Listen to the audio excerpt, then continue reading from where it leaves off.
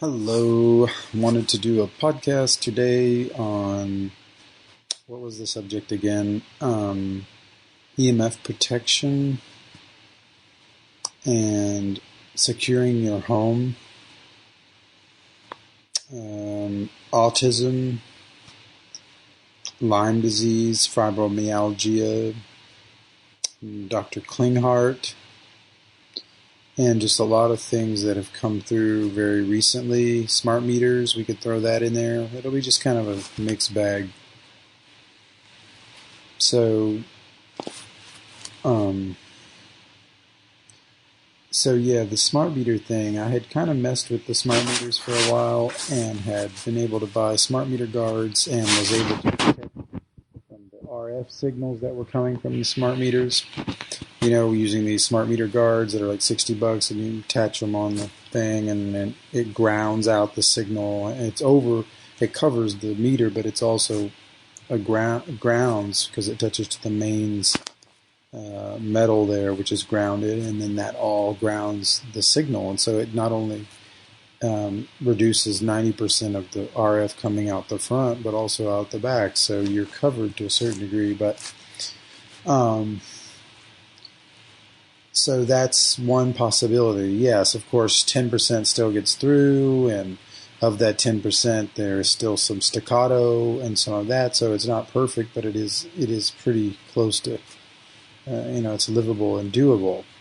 However, what we fail to realize is how the smart meters are set up. They use this SPM, SMPM, I think it's called. Well, anyway, it's step down AC to DC conversion. So they step down the 240 volt to 110 or whatever it is, and then from that step down converter, this DC energy is pushed back into the home through the mains. And so that creates dirty electricity, which is these harmonics that go outside of this typical 60 hertz range. And this creates a lot of dirty electricity.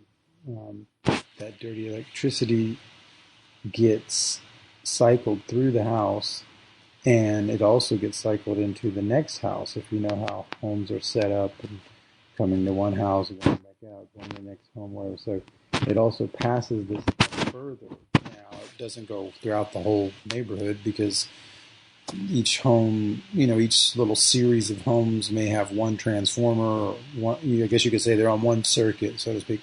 So there's some differences there to how that pans out, but you're definitely getting it from the neighbors too. And so this is coming in through the homes. And the sad thing is that some people will sell you these smart meter. Well, they're like biologists or boology, B-A-U-ology. I think that's the German word or something that they've used. They're like I forget what the actual career is called.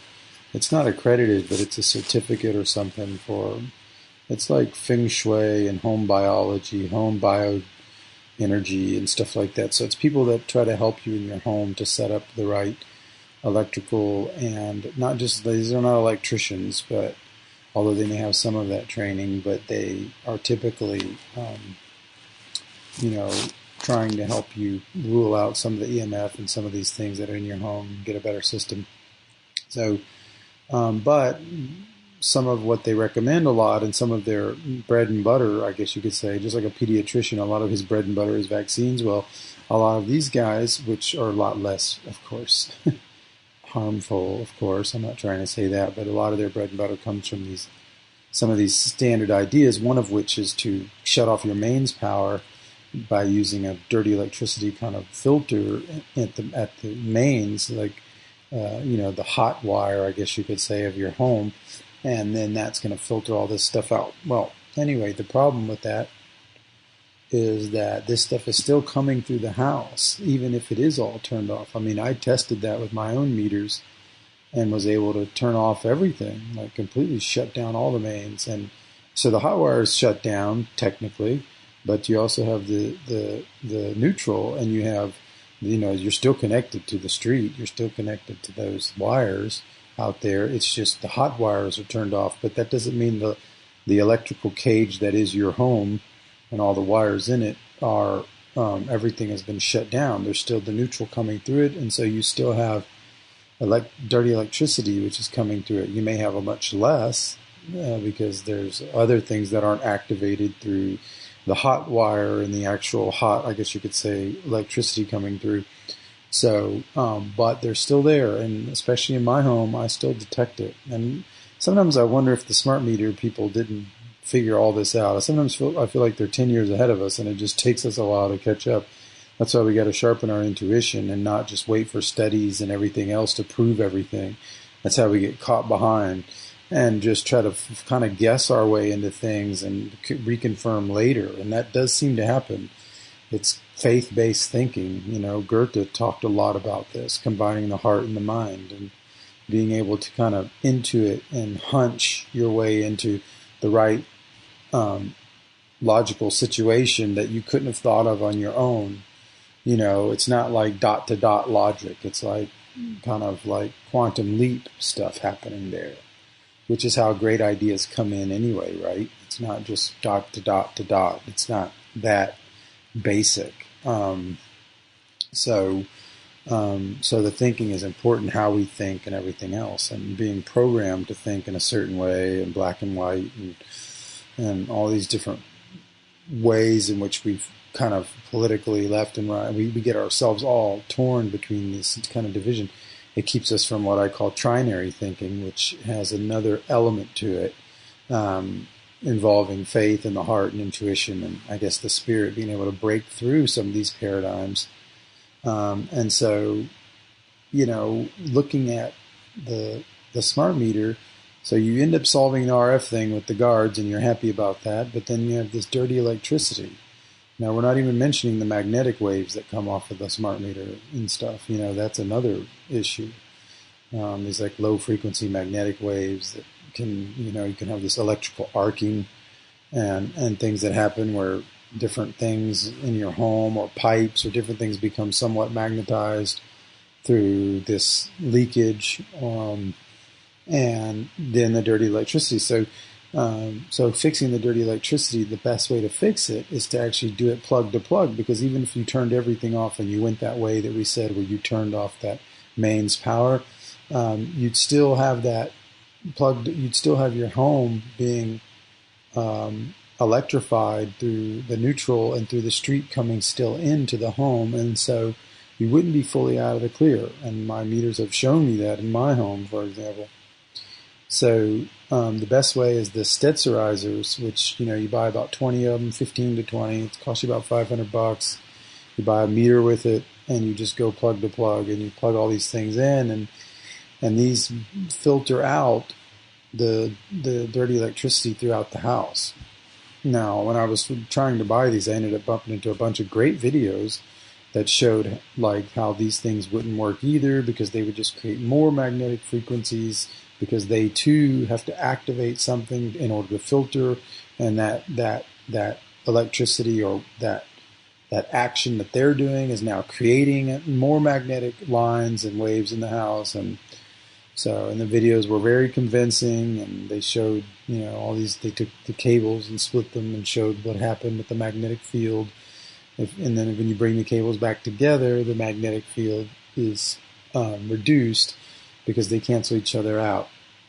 So I was watching this amazing video, and I was like, oh my God, I don't know what to do. I was about to buy these things, and now it turns out they're not good. And so anyway, I just had to keep sharpening my intuition. I kept calling people and talking to the actual people that sold these things and different schools of thought. And eventually, by the end, I realized that they were effective and they were good. And there may be a 20% situation where they're not working as well because of bad wiring in a home. But most of the situations, they always work well. And according to a lot of people in forums that I found, that there's really not any cases of them not working well, with the exception of these bioengineer home engineers that are trying to state that, you know, this is how this is, you know, this can't be efficient because of this reason and that reason. And so I went back to the video and I was like, okay, And I was thinking, okay, he was right about when you split the wire open and there's this magnetic field, because now you have the hot and the neutral like kind of separate, and then this magnetic field appears in the middle of them. And so then he unplugs these two filters from that line, and then all that drops. And so he says, see, these types of filters on these plugs, these Stetzerizers, they don't work, because look what they did. They created this signal. And then what they fail to mention is that if you would have plugged an iPhone or anything else in that moment and unplugged it, it would have done the same thing. So it's not the filters. And then on the top of it, the video is so deceptive because you see this left and right cable kind of idea. He's holding these two pieces of the cable, but he's holding the neutral and the hot. Now, when do cables separate those, right? Like most every cable you have, those are all going to be together in the same cable. So there's kind of some trickery going on there to show it that way. It doesn't mean that couldn't exist in your home underneath the basement or something, but it's very rare that people would separate those two wires in the same circuit. Now you can have those two wires, I guess you can have different cables everywhere, but they're canceling themselves out as well. So no, you can have some problems, and there is a potential, but in general, these things work. And so the sturdy electricity is the part you have to edit out of the smart meter too. So setting those up in your homes on every plug, or, not every plug, but every circuit at least, having one plug, and you're just testing it with the meter and getting it done right. And then that was the first step to clean that part out, and then you have the RF cleaned out. Now, I would also recommend opting out of your smart meter too, and even the one they will come put back in. Some places will let you opt out. Most places will now, and sometimes some places will charge you a fee. Like here in California, it's like $75 to opt out. But so get a new, better smart meter, or no, they end up sending you like a ERT or ARM. I forget the name of this other type of meter. So these things like pulse, but it's not a dual transmission where it's back, 2-lane. It's more like one-way ping, and the guy can drive by once a month and ping it from the street. Well, so you really want something that's non-transmissive, and sometimes you have to send a letter to the power company telling them about the transmissive models and the fact that they're harmful as well, and that there's class action suits on these models as well, and that you want a non-transmissive, it's called electromechanical meter, meaning there's only electronics are related to the mechanical aspect and not to this transmissive, meter. So you could say analog too, but electromechanical, and then what they'll tell you is that, we don't make those anymore, those don't exist anymore, so we have to give you these kind of look like they're old school, but they still have a new transmitter pinned into them. And so you can get yourself in trouble because sometimes I don't think personally, it depends on where you're at, and you do have to push your way because sometimes they will back off, and you can send in things because a lot of people are becoming wise to this. Because these smart meters are a violation on many levels. They're a violation of the waves, the danger, the magnetics, the way that they mess with the electricity in the home and become fire hazards, and they can, mess up the power grid. And then you also have that liability there. And then on top of that, you have privacy concerns because they can read the smart meters' electric signatures of what you're using in your home, and they can determine when your babysitter's there, when your monitors are on, when this type of plug is there. If you're using eco green bulbs, or you've found some different types of bulbs, they know all those signatures, and they sell all that data to third parties. And so there's many ways in which you can refuse these services. It's multi-tiered. So there are multiple liabilities all at once by even going there. And so pushing can work sometimes, especially if they can just set up an analog meter for you and that be it. But my theory or my feeling is that, especially here in California, is that they're not going to do that. I think they're going to opt out with a range of 3 or 4 different meters they can put in there, maybe, and then there will be some transmissive capacity, but it'll be much better than the other smart meter. It'll be a much, much lower frequency and volume, but still doing something, right? And so, and even those ERTs that they replace them with sometimes, there's class lawsuits, class actions about those already. but they are less dangerous when you opt out. And so if you're in that situation where you can cover that with that new one, which is less dangerous, with the smart meter guard and the dirty electricity thing, which you can take with you if you have to move from house to house or whatever, then you've covered the danger of the smart meter and what it can do to your house to the large degree, with the exception of moving into a whole other part of the world or whatever.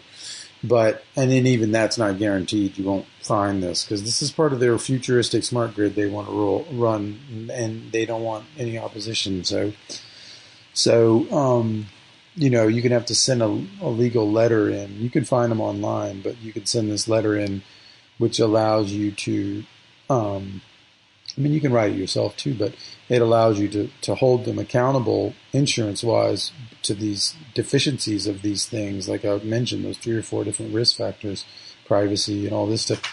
And that holds them accountable. And then it also tells them that you need to change it out for this non-transmissive electromechanical. And so what happens is they probably won't respond to you because they're not playing that game right now.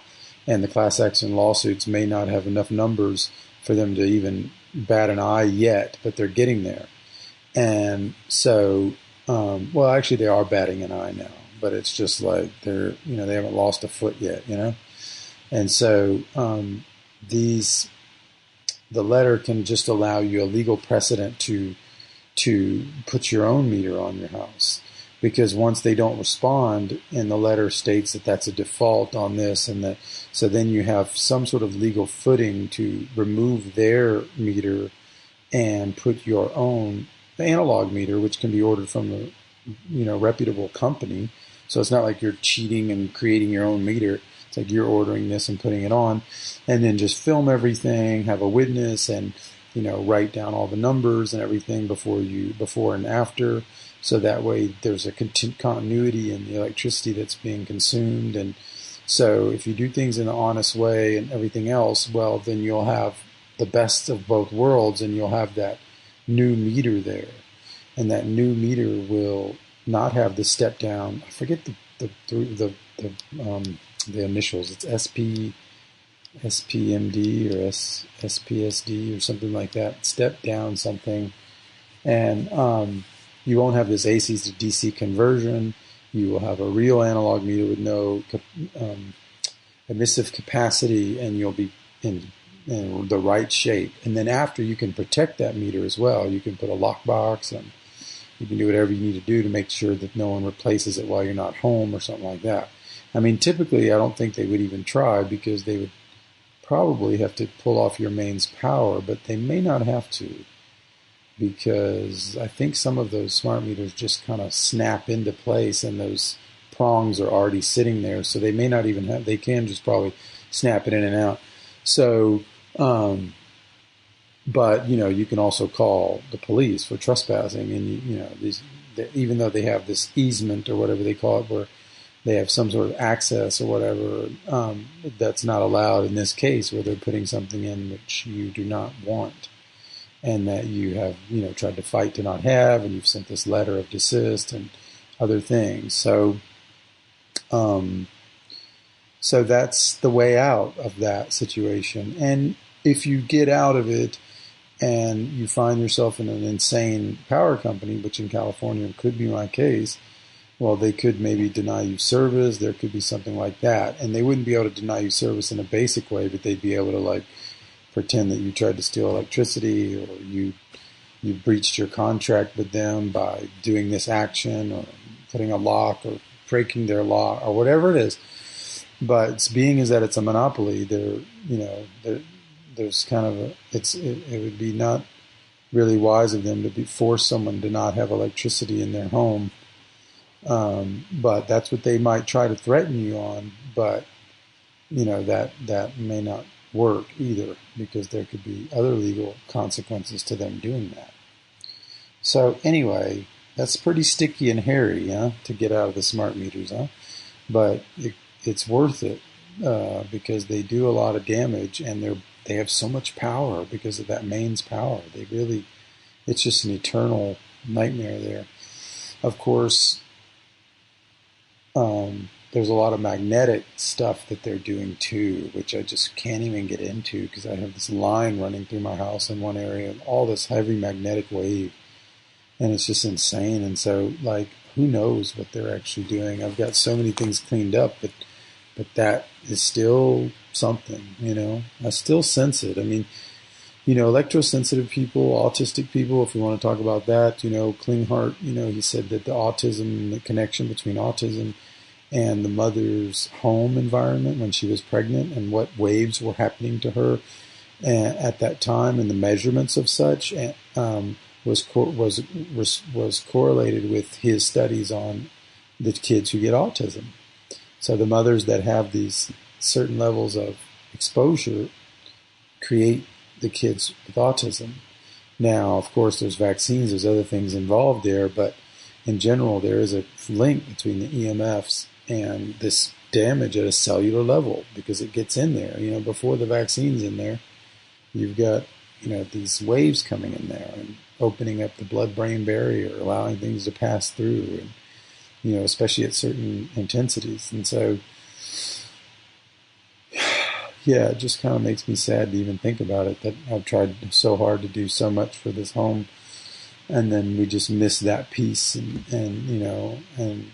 have a child right in the middle of all that, and just, but we got to do what we can. And I know the bedroom where you sleep at night is the most important, and I don't get any real signal there for a lot of electric, magnetic, or even RF because of the situation of that bedroom and then the stuff I've done to protect and sleeping canopy and different things I've done.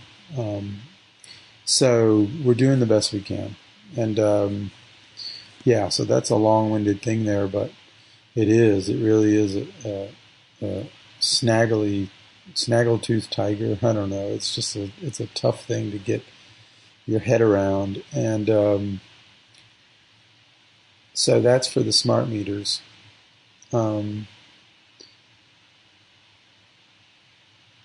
Yeah. Let's see here. The autism, I read something interesting about autism. They were shutting down, the FDA was shutting down all these people that were making claims about chlorine dioxide. And chlorine dioxide is not chlorine. It's different, totally different.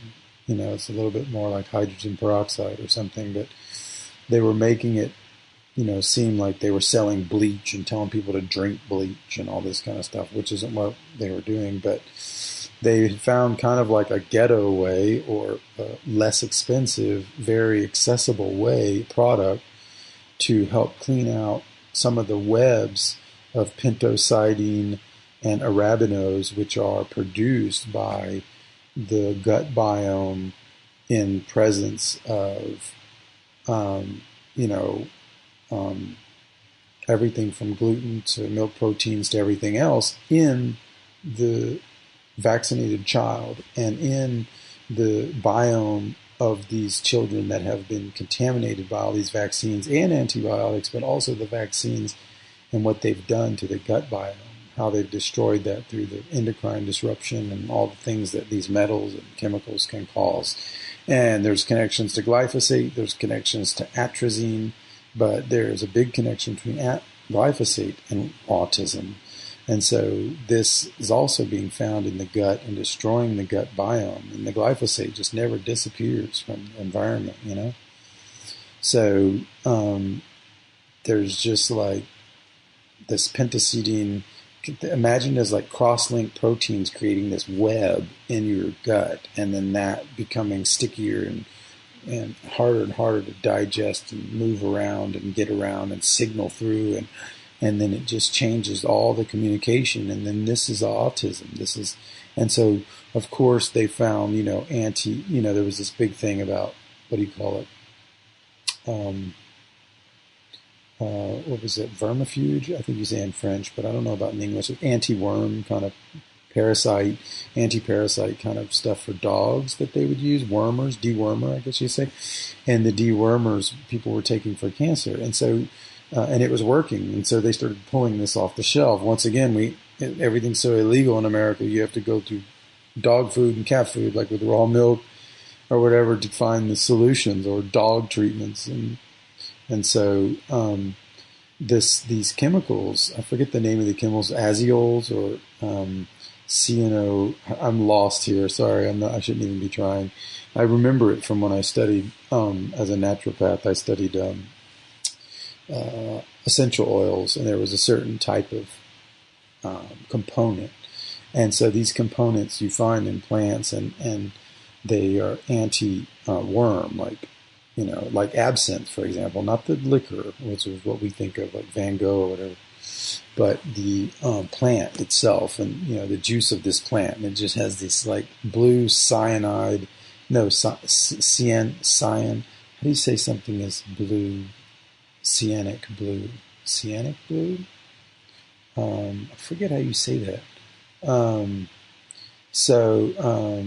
This type of plant that has this bluish liquid whenever it's juiced or whatever, and so this creates this is a huge dewormer, and they eliminated this plant from the pharmacopoeia in France, like where people were using these plants. The Arabs still use it today, and that's where I found it one time in France at a market, where these Arabs would cruise through with these little baskets full of spice herbs, and I found absinthe on there, and so there it's kind of tolerated, but in general it's removed from the culture in France because they probably, I mean, I haven't looked into it, but I can almost guarantee you it's probably removed once they started developing pharmaceutical dewormers that were based on it, and they just didn't want to have competition, so they got rid of it. But and they did that with mistletoe too. Once it started becoming an effective use for cancer and some alternative therapies,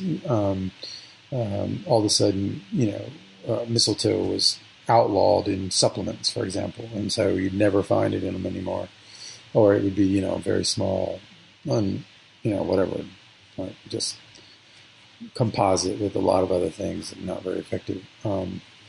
But so these webs are broken down by this chlorine dioxide, and it's like a cheap way to start breaking them down, even though it's kind of like not something you would technically want in your body. You're like, why would I want that in my body? Well, it's like, well, because you have something much worse in your body. So at this point, like, it's like, okay, this thing's violent. Why would I put something semi-violent in my body? It's like, well, because you have something more violent in your body, and this thing is semi-violent, comes in there and breaks down some of that, and fire with fire or whatever. I don't know. So you have to have the right stuff. And so this was a cheap and easy solution. The only reason it alerted me was just because I saw these feds shutting down all these places, and I'm like, oh, sounds like something good. So whether or not, I haven't looked into the reality of this product, and to the labs and how they make it, and how deep, sometimes it can be a permutation of it that's dangerous, and then the other pure one is actually the good one, and they'll blame the permutation, sell it all, and say, this is what they're selling people, we have to stop them. And so there's a lot of hijinks with that. But so you see that there's these ways that people can get out of these things if they start. There's it almost reminds me of coronavirus with this, zinc and the antibiotic, Citromax or whatever it's called, zithromycin or something. And then you have, the zinc and the hydrochloroquine, and it's the same sort of thing. It's like you have this three-pronged thing that allows, like an ionophore, it allows the zinc to get into the cell. And so it's just this 1, 2, 3 punch that allows very basic medicines that are almost naturopathic to just do powerful stuff in the body, and prevention and prophylaxis, because we found a trinity, or a threefold, or a trinary kind of synergy. And so that's the future of, I think, natural medicine, is us finding a lot more of these powerful gate openers mixed with other things, and that's why we talk a lot about transdermal magnesium, at our website, theheartoftradition.com. Glass bottles, the best that you can get, not chemically treated, not diluted glass bottles, and directly verifiable Zechstein products, which it's hard to find verifiable Zechstein. Everybody does their own self-certification. So this is actually coming from, you can actually call the engineers at the source, not some lab somewhere, but at the actual source. So we were like doing the most transparent and real thing. And a lot of people are just doing Asian Tibetan exploitation, which is remarketed as Eckstein from, potassium derivative mining. And you have to use all these solvents and stuff to extract the stuff from the magnesium molecule. And it just denatures it, and it's not near as powerful for uptake and bonding. And so we're doing the right thing at the molecular level. But anyway, so that's connected to what I'm saying, because we're trying to find simpler solutions which have a more long-term daily kind of application, but that end up over time bringing up the levels to where you can heal things without having to have all these patented this, that, and the other, and get stuck in all these different modalities that can be painfully expensive. So I love these kind of like little heroes that come in and save people that are inexpensive at the end. So I think that covers some of what I wanted to talk about with the EMF. I don't know. I think there was another chapter. There was something else I was going to talk about. EMF and autism, clean heart.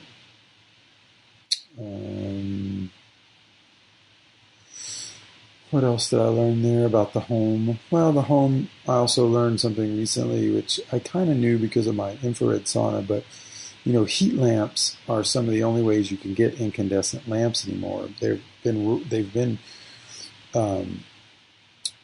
considered, they're impossible to find. Any true incandescents. You think they're incandescent, but when you look at them, they have this kind of glass tube in the middle, and this thing can heat some of the gases or chemicals or mercury or anything else that's in there, and we don't know what that's doing, but there's like an irradiation there, and we don't want that any more than the normal radiation which a light would produce. We don't want to go beyond that into this other. And so, and then the LEDs with all their headachy, blue light. We don't want that either.